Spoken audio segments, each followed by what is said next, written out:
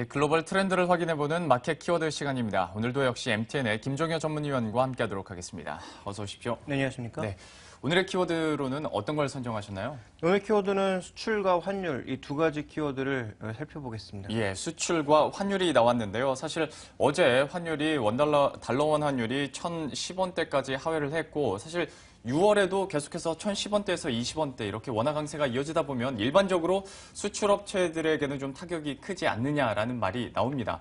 6월 수출 어땠는지 그러니까 더 궁금해지는 것 같은데요. 어땠나요? 네, 6월 수출은 양면성을 가지고 있다, 두 얼굴을 가지고 있다라고 봐야 될 것 같습니다. 예. 어떤 것으로 평가하느냐에 따라서 좀 달라지는데요. 준비된 그림을 먼저 보시면 원화 기준으로 봤을 때는 여전히 부진한 모습을 나타내고 있지만 달러 기준으로는 증가율이 확대되는 모습을 보였죠. 즉 원화의 큰 폭의 강세로 인해서 달러로 환산하게 되면 좀 증가한 것 같지만 원화 기준으로 보면 증가폭이 미미한 상황, 그리고 작년과 대비해 봤을 때는 원화 기준으로는 오히려 탄력이 계속 마이너스로 줄어드는 모습을 보여주고 있다는 점이 특징적입니다. 즉 환율 자체가 어느 정도 실제적으로 수출에 압박이 되고 있다라고 좀 봐야 될 것 같고요. 지역별로 살펴보게 되면 미국이 여전히 좋고 유럽이 약간 둔화된 반면 현재 중국이 회복세에 들어가고 있고 나머지 지역에 대해서는 소폭의 약세 국면이 이어지고 있는 상황이고요. 품목별로 살펴보게 되면 우리의 이제 주력 수출품이라고 볼 수 있는 게 반도체, 자동차, 그다음에 무선통신기기 이런 쪽인데 자동차와 무선통신기기가 약간 축소되고 있는 반면 반도체가 비교적 견조하고요. 선박도 이번 달엔 조금 줄었고 석유화학 제품들이 약간 확대되는 모습을 보임으로써 품목별로는 차별화 양상이 여전히 월별로 이어지는 모습을 꾸준하게 나타내고 있습니다. 그래서 6월 수출에 대한 전반적인 평가는 환율을 무엇을 기준으로 평가하느냐에 따라서 크게 달라지고 있고 품목별로도 지역별로도 여전히 차별화가 이어지고 있다고 봐야 될 것 같습니다. 기준을 어떻게 두느냐에 따라서 좀 희비가 엇갈리는 것 같은데요. 그래도 우리나라 여러분들도 뉴스를 보시면 계속해서 경상수지가 흑자를 이어가고 있다라는 소식을 들으셨을 것 같습니다. 그런데 이 경상수지 흑자 그 내면을 보면 뭐 수출이 늘어서라기보다는 수입이 감소하면서 이런 흑자를 내다 보니까 수출에 좀 빨간불이 켜지는 거 아니냐라는 우려감도 나오는 것 같은데 앞으로의 전망은 좀 어떻게 생각하고 계신가요? 그러니까 이제 그 부분에서 이제 수입이 어떤 것에 대한 수입이 줄어들었느냐가 핵심이죠. 예를 들어서 이제 사치제 수입이 줄어들었다면 그게 그렇게 뭐 큰 압박은 아닌데 네. 만약에 이제 우리가 흔히 얘기하는 뭐 중간재라든지 부품이라든지 아니면 뭐 산업용 기계 같은 것들에 대한 수입이 줄어들었다면 향후 우리나라 내수경기 쪽의 움직임이 둔화된다라는 것을 암시하는 것이니까 안 좋은 부분이거든요. 그래서 향후 수출 전망을 보는 데 있어서 환율이 중요하기 때문에 오늘 키워드로 잡은 건데 원화만 강세를 보이고 있는 거면 굉장히 이제 우리에겐 압박 요인이고요. 다른 통화 역시도 모두 강세를 보이고 있는 거면 상대적으로 덜 압박 요인이 될 것 같은데 준비된 그림을 보시면 지금 달러 대비해서 호주 달러, 유로, 원화가 동반 강세를 나타내고 있는데요. 속도를 기준으로 봤을 때는 여전히 원화가 가장 빠른 속도를 나타내고 있습니다. 그래서 준비된 그림으로 보시는 것처럼 유로화의 최근에 약세로 가다가 다시 강세로 약간 돌아서는 모습을 나타내고 있는데 이게 이제 추세적으로 가기에는 좀 어려운 국면이 있죠. 그다음에 호주 달러 급격하게 하락한 이후의 반등이고요. 이에 맞춰서 구리 가격도 소폭 반등을 하고 있지만 아직까지는 뭐 반등이라고 얘기하기도 어려울 만큼 바닥 정도만 잡은 양상이어서 지금 전 세계 위험 통화의 움직임이라든지 또 원화 움직여서 상대적인 통화라고 볼 수 있는 수출 경쟁력이라고 볼 수 있는 엔화의 강세도 굉장히 제한적인 수준으로 강세 측면에서 움직이고 있기 때문에 원화의 독보적인 강세는 이어지고 있다. 거기다가 위안화도 최근 들어서는 약세로 돌아서고 있는 국면이어서 글로벌 증시 내에서 글로벌 환율 시장 내에서 달러 대비해서 원화의 강세는 거의 독보적으로 나타나고 있다라고 좀 봐야 될 것 같습니다. 최근 들어서 뭐 인도의 루피아라든지 외국인 자금 유입되고 있는 일부 이머징 국가의 통화도 강세를 보이고 있습니다만 그들은 통화의 강세와 주식시장의 강세가 동반해서 나타나고 있거든요.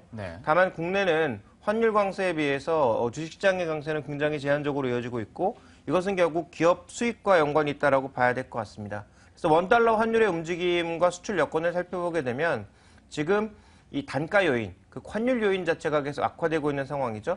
준비된 그림을 보시면 결국은 환율 요인의 악화로 인해서 전반적으로 지금 수출 요인의 둔화는 나타날 것으로 얘기가 되고 있고요. 그러다 보니까 주요 수출 기업들의 BSI도 계속 하락하고 있는 국면이죠.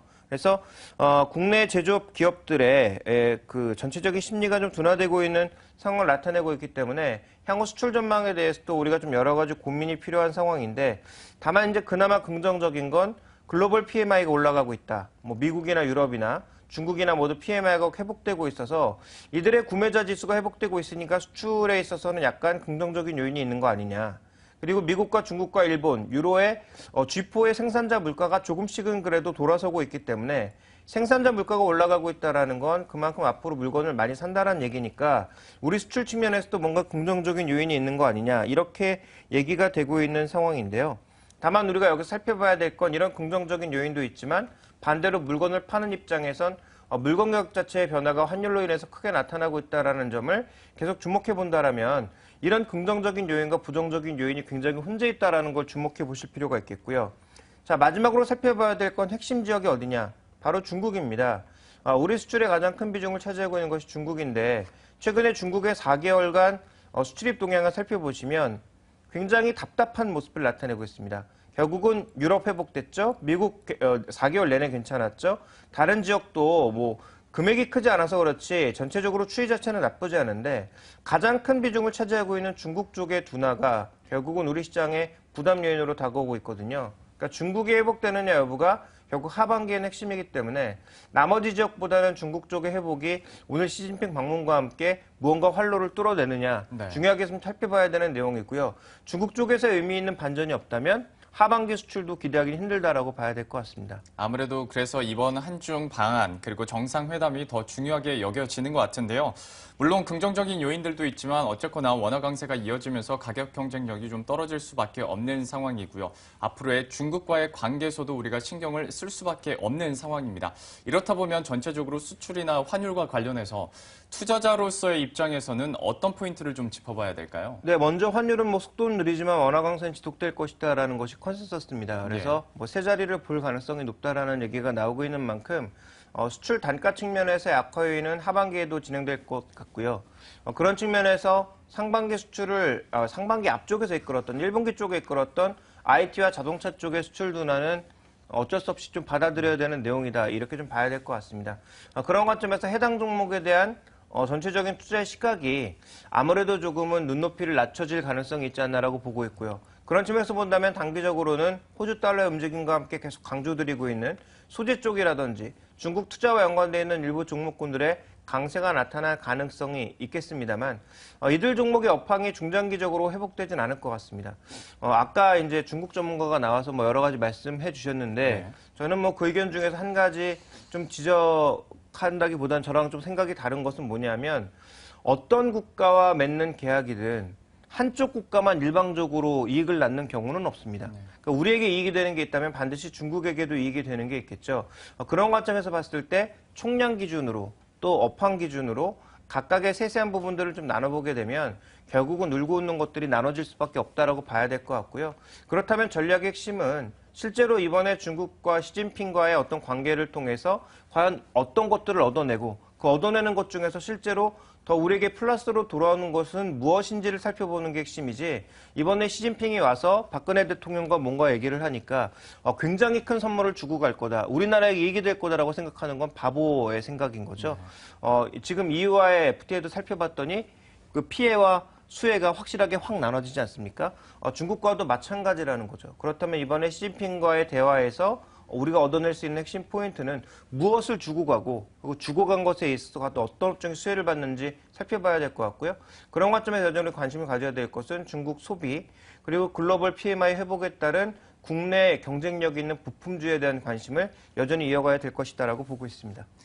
사실 이번 정상회담을 앞두고 나서도 이 중국 관련주들 막연한 기대감이 참 컸었는데요. 역시 전문위원께서 말씀해 주신 것처럼 중국에서 산타클로스가 오는 건 아니고요. 우리가 얻는 게 있으면 잃는 것도 있는 만큼 앞으로의 정상회담 이후에 산업별 동향, 그리고 우리가 얻는 건 무엇이고 그리고 잃는 건 무엇인지도 꼼꼼하게 체크하셔야 될 것 같은데요. 이 부분에 대해서도 나중에 저희가 다시 한번 짚어드리도록 하겠습니다. 이렇게 해서 오늘의 키워드 수출과 환율로 함께 살펴봤는데요. MTN의 김정효 전문위원과 함께했습니다. 고맙습니다.